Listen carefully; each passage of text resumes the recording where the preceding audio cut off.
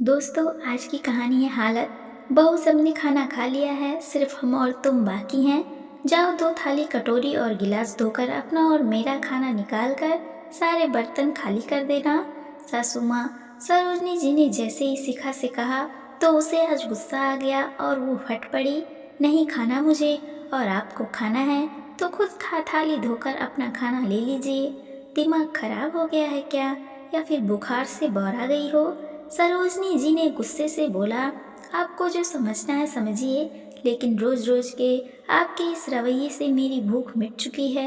हर वक्त चाहे नाश्ता करना हो या फिर खाना खाना हो, खाने से पहले बर्तन धो लो और तब खाओ।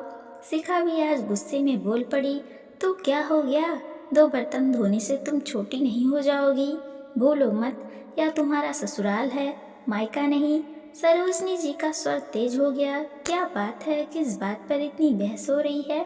सरोजनी जी की तेज आवाज को सुनकर राजेंद्र जी और बेटा अनुराग किचन में आ गए। कुछ नहीं जी, बहू को कह रही थी कि खाना खाने को, लेकिन वो मना कर रही, बस इतनी सी बात। सरोजनी जी ने असली बात छुपाते हुए बोला, शिखा, तुम खाना खाने क्यों नहीं आ रही हो? क्यों मना कर रही हो? खाओगी नहीं तो दवा का असर कैसे होगा? अनुराग शिखा की तरफ देखकर बोला, कैसे खाऊं पापा जी, यहाँ तो रोज का नियम हो गया है, पहले बर्तन धो लो फिर खाना परोसो। शिखा की आंखों में आंसू आ गए। बर्तन धुलो क्यों? कमला बर्तन धोने नहीं आ रही क्या?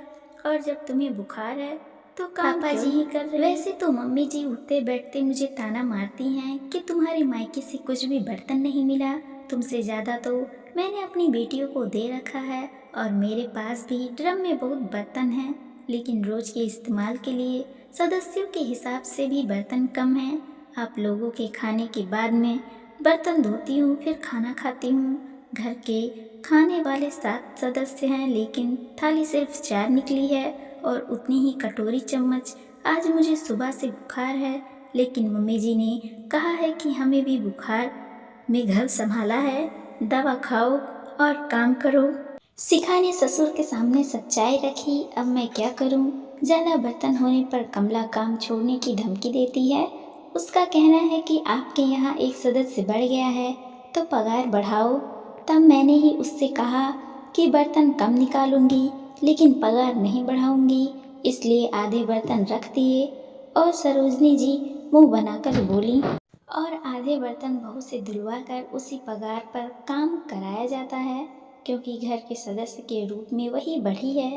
राजेंद्र जी गुस्से से सरोजनी की तरफ देखते हुए बोले, सास बनते ही तुम इतनी कठोर दिल की कैसे हो गई कि तुम्हें बहू का बुखार भी नहीं समझ आ रहा, और उससे उस हालत में सब काम करवाया? शर्म आनी चाहिए तुम्हें। घर के सब बर्तन वापस किचन में रखो, और कम पड़ रहे हो तो अपने ड्रम से निकालो। आज के बाद अगर ऐसा कुछ हुआ तो बहू को विदा करा के लाते समय समधन से बोल कर आई थी कि अपनी बेटी की तरह रखूंगी। इस तरह तुम अपनी बेटी को रखती हो क्या? कहाँ तुम्हारी लाडली अपने कमरे में आराम कर रही, उसे बहू के साथ किचन में होना चाहिए। राजेंद्र जी ने बेटी नित्या को आवाज लगाकर बुलाया और उसे डांट लगाई, जाओ, जाकर अंदर से थाली निकालो और अपनी भाभी का खाना लगाकर उसके कमरे में देकर आओ। और सरोजनी जी, आपकी कमला आए तो उससे कह दीजिएगा कि आज से बर्तन ज़्यादा ही मिलेगा, उसे धोना है तो धोए, वरना उसका हिसाब कर देना, दूसरी काम वाली आएगी। और आज के बाद घर में बर्तन की कमी नज़र नहीं आनी चाहिए। राजेंद्र जी ने सरोजनी जी को भी अंतिम चेतावनी दे दी। दोस्तों, हमारी स्टोरी पसंद आई हो तो लाइक कीजिए, सब्सक्राइब कीजिए, और ज़्यादा से ज़्यादा लोगों में शेयर कीजिए, और कमेंट करते रहिए, और देखते रहिए खुशबू मोटिवेशनल स्टोरी। धन्यवाद दोस्तों।